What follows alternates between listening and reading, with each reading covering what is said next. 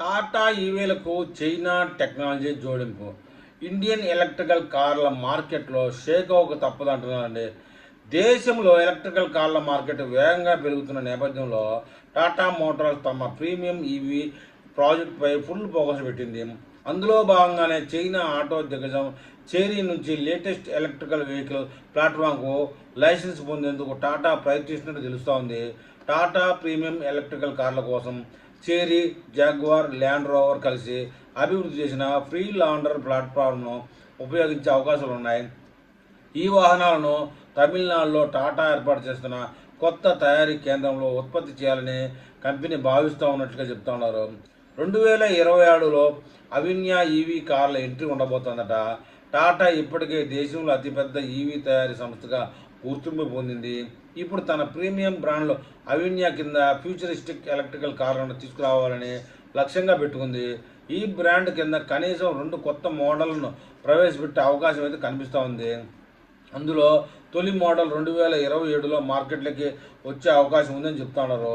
చేరీ జోడీతో టాటాకు ఊరట అని కూడా చెప్తున్నారు. వాస్తవానికి టాటా మొదట జాగ్వార్, ల్యాండ్ రోవర్ అభివృద్ధి చేసిన ఎలక్ట్రికల్ ఫైడ్ మాడ్యూల్ ఆర్కిటెక్చర్ ప్లాట్ఫామ్ను ఉపయోగించాలని భావించింది.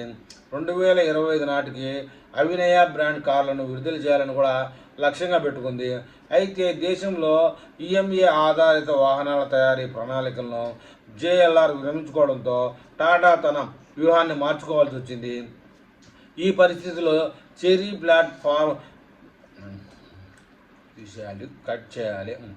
చెరీ ప్లాట్ఫామ్ టాటాకు పెద్ద ఊరటగా మారింది. కొత్త టెక్నాలజీని పూర్తిగా అభివృద్ధి చేయడానికి అవసరమైన సమయం, భారీ పెట్టుబడిని ఆదా చేసుకునే అవకాశం కంపెనీకి లభించనుంది. అదే సమయంలో ప్రపంచ స్థాయి ఈవీల్లో ఉండే అత్యాధునిక ఫీచర్లు, సాంకేతిక పరిజ్ఞానాన్ని కూడా వేగంగా అందించుకునే అవకాశం ఉందని చెప్తున్నారు. ఇంకా కిట్ రూపంలో ఇండియాకు అవిన్యా ఆట. ఫస్ట్ అవిన్యా ఈవీని చైనా నుండి కిట్ రూపంలో భారత్కు తీసుకొచ్చి ఇక్కడ అసెంబుల్ చేసే అవకాశం ఉంది. అదే సమయంలో స్థానికంగా భాగాలను తయారు చేసి ప్రయత్నాలకు కూడా చర్యలు కొనసాగుతూ ఉన్నాయి.